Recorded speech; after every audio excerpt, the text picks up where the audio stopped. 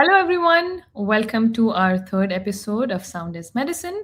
And today we are going to talk about the power of our voices. So, the power of the speech, power of our mantras, power of the dhikr. And we're going to dive deep into all of these concepts. So before we begin, I want to go and explain about the fabric of existence itself is the sound of creation. So it started off with a big bang, and from there, because of the big bang, there's a lot of movement, there's a lot of vibration. Every time there is a vibration, there is a sound that emerges, and we are created from that divine pure sound itself. I love what you're saying, Rajam.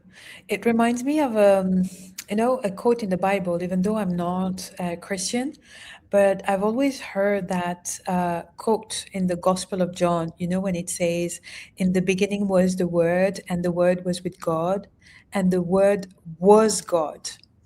And it seems like in every tradition, every and like ancient tradition, they all say that the universe has been created by the sound. And so, as you know, I keep on quoting that book. And in that book, it describes the ancient science of the Japanese ancient science of sound. It's called Koto Tama. And it says that in the Tao philosophy, the world, the universe, the cosmos was first created by five sound. And it's as if sound is at the beginning of light, is has come before light. So Hmm. it's very important to emphasize that the verb, the sound has a vibration. And it seems like certain sound carry the entire memory of the creation itself. Oh, absolutely. It's so beautifully said. Yes, carries memory. So, coming to that, in the yogic philosophy, we have the Maheshwara Sutras, which actually describe the matrix of the sound. And from there, you have the Sanskrit letters that have originated. And these letters are connected to specific energy frequencies, and each of those letters correspond to the five elements. It's similar to what you just said, actually. The five elements. We are made up of five elements. Air, so let's start from the ground: earth, water, fire, air, ether. So going from the gross to the subtle. So each of those letters corresponds to each of those elements. Isn't it amazing? Wow, so can you just tell me what are the letters associated to the element in the Sanskrit tradition? So when you go into the chakra philosophy, you go into the bijakshanas, the bij, the seed sound. So it's not a specific letter, but it's a mix of letters. So it is, for example, for the lowermost energy center, it is lam, lam. If you say it in English, lam. Is you go higher into the pelvic region, sacral chakra is a vam, that is connected to the water. Then you go into the solar plexus, the Manipur, which is Ram. As you go into the heart, is Yam, Lam, Vam, Ram, Yam, Hum, Om, and then this is silence completely.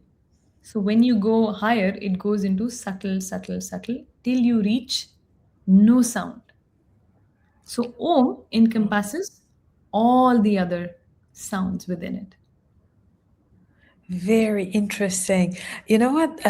So I come from the Islamic tradition.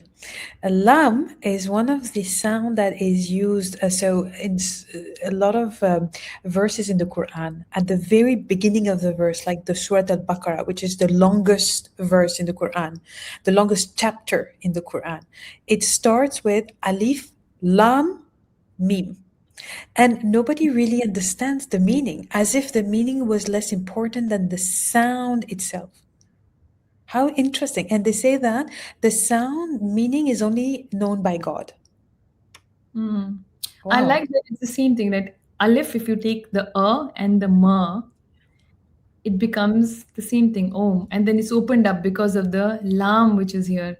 So it's amazing because all traditions they it kind of incorporates the same essence of the sound, Yes. the origin of the sound that encompasses all the other sounds. Wow. It's very interesting that we can make those link together between all the traditions as if they have more similarities. And Yeah. maybe sound is the link between all of these traditions. Yeah. So tell me more about the Sanskrit or the yogic philosophy about why we need to chant, because that's the whole subject of the podcast. Why do we need to use our human voice to chant loud or to chant in silence? So I'll just keep it very simple for our audiences. For example, we just take two aspects of the chant, which is uh, chanting loudly and versus chanting in your mind. So when you're chanting loudly or when you're talking, you feel the vibrations right in your throat. You feel the vibrations between your ears. So there's actually physical vibrations, which are tangible vibrations. Also works on the nervous system, and obviously depending on the sound form or depending on the mantra, depending on whether if you're doing dhikr. So when I say mantra, it is open to all religions and all faiths. When you chant, you are tuning yourself to that sound and to that frequency depending on what you want to invoke. So, started off very simply with the beej mantras that we said. If you want more grounding, if you want to connect more to the earth element, if you want more stability, if you're too much in your head, you connect to the lam and you can chant lam, lam, lam, lam, lam. It connects physically as well. If you close your eyes and you say la itself, you will notice that your anal sphincters, there is a contraction there. It connects directly on a physical level. It connects there. If you say va for the va, you will feel it in your pelvic region. So these are not randomly given that okay, this is what it is, this is in the text. No, you can physically feel it. It's very, very tangible. So when you chant loudly, you are connecting to those specific parts of your body. And you'll notice when you talk, you're only talking when you're exhaling. You can't chant when you're inhaling. So what about embedding the sound forms when you're inhaling? That is when you shift from the gross to the subtle into the mental chanting, where you can chant even when you're inhaling, which is what we do in pranayam practices, which is what we do when you go a little deeper from the gross to the subtle. So you can chant in your mind. You can say lam lam lam lam as you inhale, and this I'm just talking for the bij aksharas or the bij mantras of the elements of the chakras of our body. But then you can open them up as well. So it becomes lam, lam, lim, loom. It's the same thing, but it gives a different pattern. It gives a different texture, different flavor. So you can increase and change the pattern, change the invocation, and then you go further deeper into like psycho spiritual frequencies, which further going deeper. So it can be, for example, reem, shareem, kleem. You can work with the same beej. Beej means seed. From the same seed, you can invoke different energies within. Again, no meaning, but it has certain flavor, certain texture of whether it is invoking certain sensations in your body, whether it is tuning to certain something, whether it is to calm the mind, whether it is to invoke transformation. It varies. Yeah, what you're saying is very interesting. And I think, Rajam, we need to remind our audience that we're multi-dimensional beings. So what you're talking about is our subtle body. So we are not just made of our physical body. We are made of an etheric, I think then it's emotional and then astral, mental bodies. And these different bodies, it's as if when you chant certain sound, it will harmonize or it will be captured by all of these different subtle bodies, right? So it's as Mm. if the sound will flow through all of these bodies, right, and expand our field. Yeah. Isn't it the case? Oh, yeah, absolutely. And Every I, sound, even if when we are talking, when we are seeing something which is in tune with our truth, when we are aligned, there is a vibration. That vibration will give off a specific auric field. When we don't feel that great, when we are not in line, you will feel that to be diminished. yes, Have pictures, absolutely. right, for that. Yes, I will show you the picture, but I think that, and you will agree with me, that even at a quantum physics, in the quantum physics, they have proven that all our bodies, our subtle bodies, and each of our cells, our organs, have a frequency. Like they vibrate at a certain level. So when you pronounce a sound, it's as if the cells will recognize their frequencies. It's like, they will recognize themselves. So, for example, I think that um, I have studied that very, and it's very interesting that in the Chinese medicine you have the physical organ and then you have the energetic organ. I Mm. think in the yogic tradition it's the same thing, pretty similarly, and they say that each energetic organ has a frequency, and for each energetic organ there is a sound. Mm. So in the qigong, which is the practice, it's the equivalent of yoga, but for the Chinese medicine.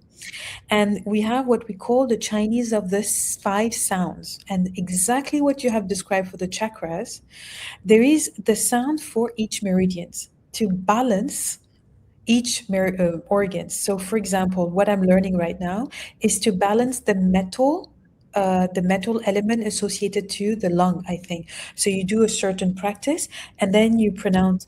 "Tse." Okay.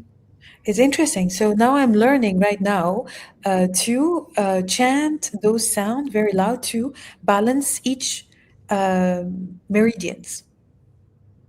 So Amazing. it's What are what the you five sounds that you said? I've only learned the first sound. I have four more to learn. So in the next coming podcast, I will teach you the next Okay. uh, with the teacher. But I've just discovered that very recently, and now the explanation you're giving me is adding to my understanding of why we have to chant certain sound according to either our chakras or our organs or our meridians. Absolutely. It also tunes your mind to it. So, for example, when you're doing certain practices, and let's take breath work itself, you're in a certain pose, you've done that practice many times, your mind wavers. If your mind is wavering, it's already creating a frequency, it's already creating vibration. That itself is a sound. Whether you accept it or not, whether you realize it or not, it is a sound. The thought is a sound.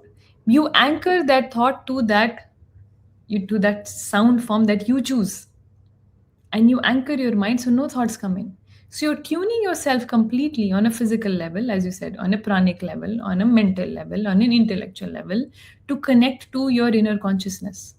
And that's what it is, as you said, Yes. the remembrance of your entire being, and starting from certain organs, let's say, or starting from certain regions of the body. Yes. Yes.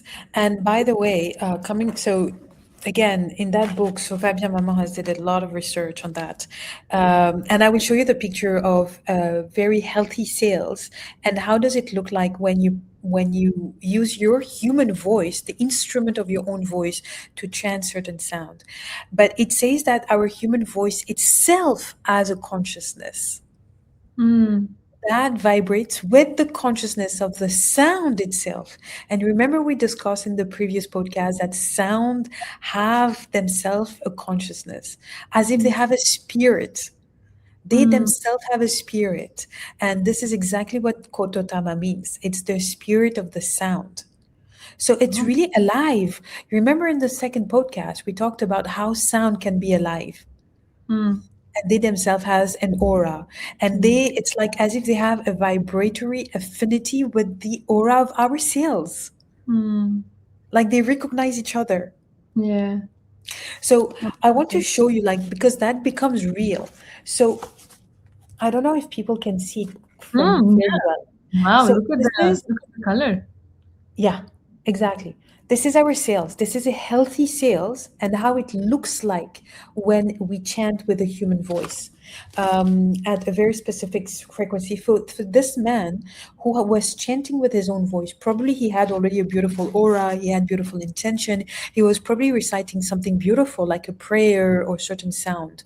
But what it showed on the picture is that the seal, when it receives a sound that it recognizes, it's like, oh, as if I say Rajam, you will recognize that it's you. I'm pronouncing your name. So the cell will recognize herself and she will start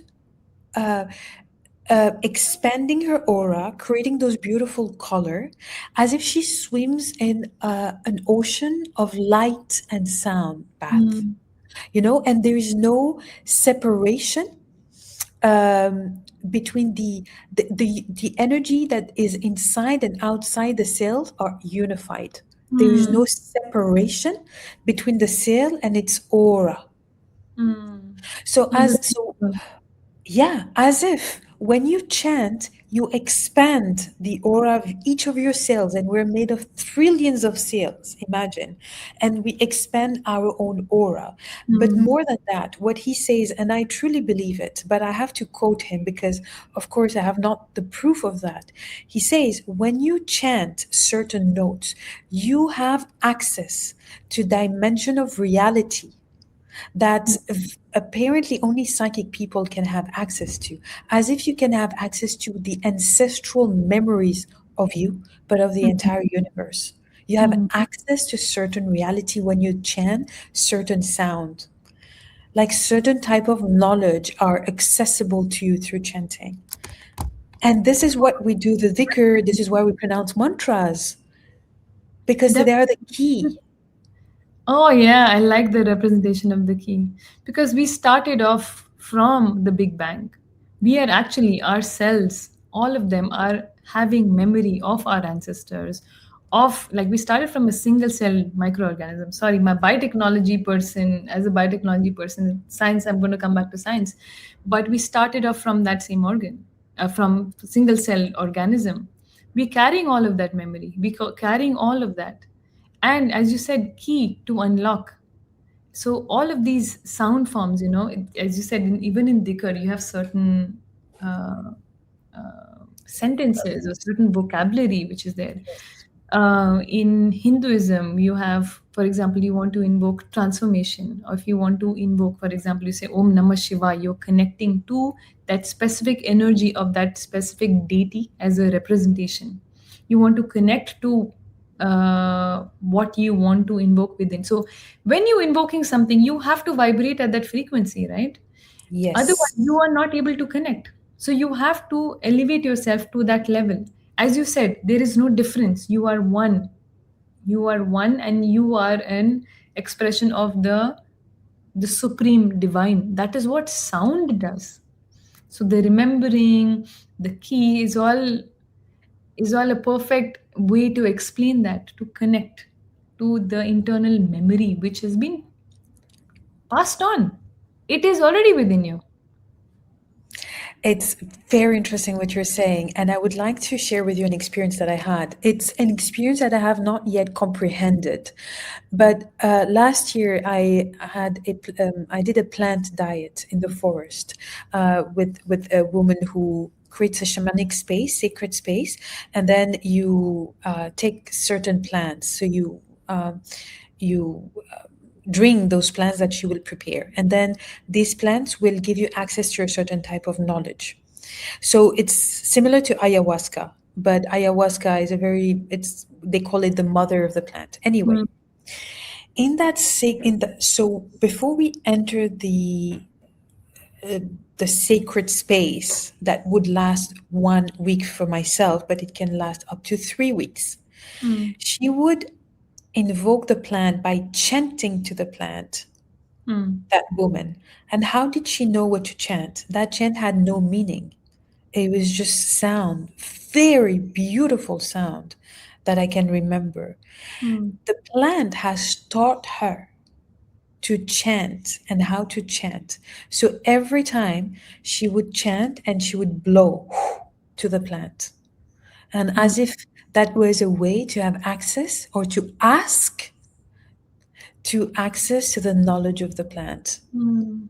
And then we would drink that plant. And I had one of the most incredible experience in my life by dieting this plant in the forest. I had access to my own knowledge through the plant. That was mind blowing, but I was chanting. And again, so in my Islamic tradition, we chant dhikr. So we say that we invoke um, Allah by reciting his sound, his divine name, his greatest name. And the greatest name of God in the Islamic tradition is Allahu. And there's the who at the end. And according to the Sufi, they say the who is the secret of the secret, or they say the essence of the essence. The they say that God's love is in the secret of the who, Mm. according to the Sufi. Mm. How interesting. It doesn't have a meaning. It's just a pure sound. Yeah. All of this experience made me realize that there is something so divine, so deep and mysterious in the sound. And we need to use the instrument of our voice to have access to the reality of the sound, Mm. the divine It's reality of the sound. it's just connecting to that specific frequency, right? You connect it to the frequency of the plant through the chant, through the sound. You're Yes. connecting to the frequencies of earth, and you're connecting to the frequencies of fire, and you have all of the sound forms which are available to you, and you can just practice. And there's nothing to do, it's just the sounds. You can Google that, see the sounds, close your eyes, see what you feel, because you physically feel that in your body. Yes, so then how people can start, because they don't have to start with the mantras. Maybe not everyone believes in a God, not everyone has a tradition like a Hindu or Islamic tradition, but they can still use the power of sound. Now, what could be the right way to start and feel the power of sound in all your structure, your your entire body?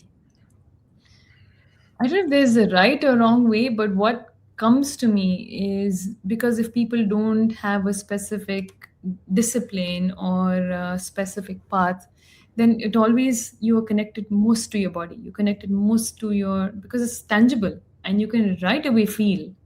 So I would come to the bijaksharas, the bij mantras, which I Hmm. mentioned in the beginning, the lam, vam, ram, yam, hum, om, which you can actually Google bijaksharas, close your eyes, and just chant. You can do 3 times. Lam, lam, lam, connecting to your root. Actually, you don't even need to visualize. It will directly connect you to the root, because that is what Oh, contract. You say vam, you will feel it in the pelvis. It's just about, even if you don't feel it in the first go, next day. It takes what, 3, 5 minutes? It's just 3 chants in different locations, which are up till your eyebrow center, and this is just silence. Even if you don't connect to that space, the sound will connect you to that space. And then you're also working with the elements. So, location, lum connects you to the root. Root has its own characteristics: grounding, stability. Root is a base. It's also connected to the earth element. Then you go higher up. Vam connects you to the water element in your pelvic region. So you have a geographical location, you have a specific sound, and you also have the the sound for it. okay. So people can start with lam. Spaced out element for it. Okay. Okay, so people can start with lam, vam, ram. These three sound, and it will automatically connect them to the root, the plexus, and the sacral. Dhikr. They can go higher up. Yum, hum, om. So 6. And my from my small experience, because now I try to experience this every day, Rajam, for 5 minutes. So I have a drum at home for people who have a drum. You The just shaman drum. the shamanic drum. Next time I'm gonna use it, inshallah. Um, so I just tap on the drum and I pronounce the sound loud. Hmm. So I pronounce any sound. So lam, or I said who or Hmm. home. I Hmm. pronounce it a few times and then I just stay silent. And then you can feel it vibrate. It's still like there. You can feel that the silence becomes dense. I Hmm. really invite people to try. There's no good and bad. As we just said, Rajam, you remember we said the beauty is the practice itself. There's no outcome to wait from that. Enjoy the process. You are a musician, you don't need to have a beautiful voice. The sound is the musician itself, right?